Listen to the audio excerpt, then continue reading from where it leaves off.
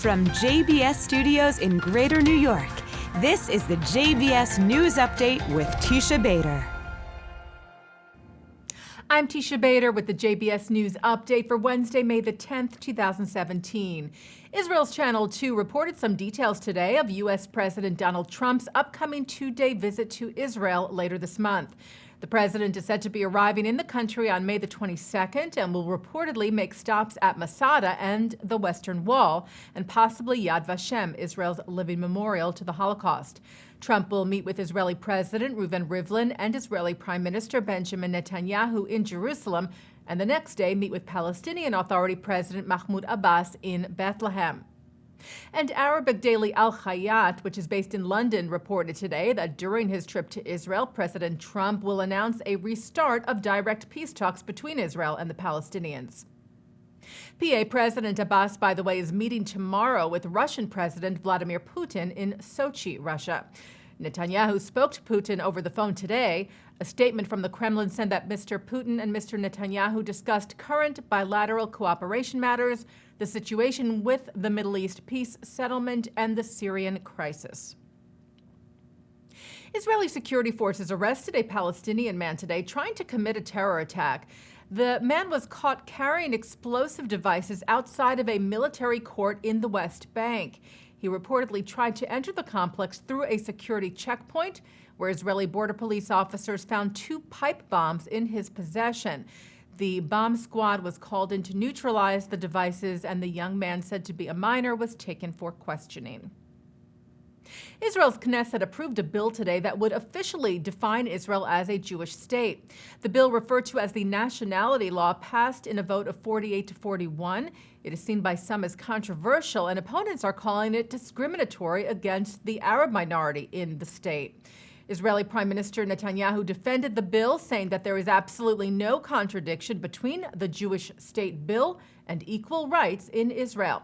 The bill still faces 2 more readings in Israel's parliament before it can become law. The president of the Republic of Central Africa is in Israel this week. Faustin Archange Tudora is the first president of his country to visit Israel. He met today in Jerusalem with President Rivlin. The two discussed areas of future cooperation like technology. Rivlin said that Israel was happy to help in the development of African states and in return would ask for those states to support Israel in international forums like at the United Nations. Local authorities here in the U.S. are investigating several recent anti-Semitic incidents, including the vandalism found yesterday at a memorial to Anne Frank in Boise, Idaho. The Anne Frank Human Rights Memorial was found covered with anti-Semitic and racial slurs written in permanent marker. The memorial was built by the Idaho Human Rights Education Center back in 2002. It will cost about $20,000 to repair the damage. On Saturday, anti-Semitic graffiti was found on the campus of Georgetown University next to its Jewish Center, which included a death threat.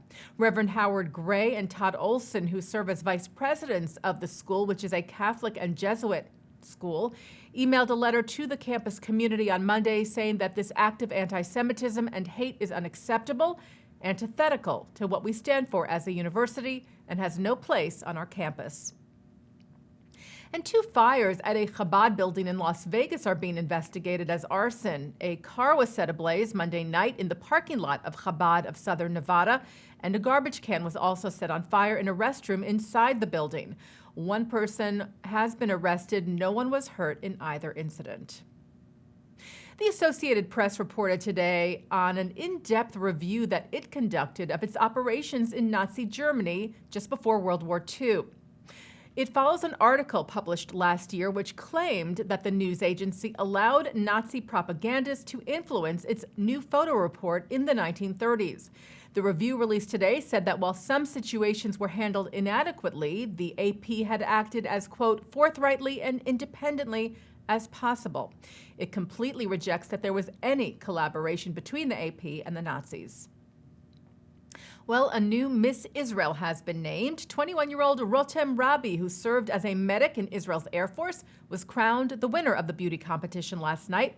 She will represent Israel in the Miss World competition to take place in China this December. And taking a look now at our programming for tonight on JBS for Wednesday, May the 10th, 2017. At 7, it's From the Aleph Bet. At 7:30, former Canadian Minister of Foreign Affairs John Baird talks about defending Israel. At 8, President of the Shalom Hartman Institute of North America, Yehuda Kurtzer, discusses the significance of the Balfour Declaration and other anniversaries coming up this year at Limud, New York 2017. At 9, Mark Golub sits down with National Board Member of Stand With Us, Andrew Kliegerman, on L'chaim. And at 10, students discuss growing up as Israeli Americans with NYU's Rabbi Yehuda Sarna on Episode 5 of Millennial Perspectives. And coming up right after this newscast tonight, it's Thinking Out Loud with Micah Halpern. And Micah will once again be sitting in for me while I'm away on vacation for the next few days. And that's the JBS News Update for Wednesday, May the 10th, 2017. I'm Teisha Bader. See you soon.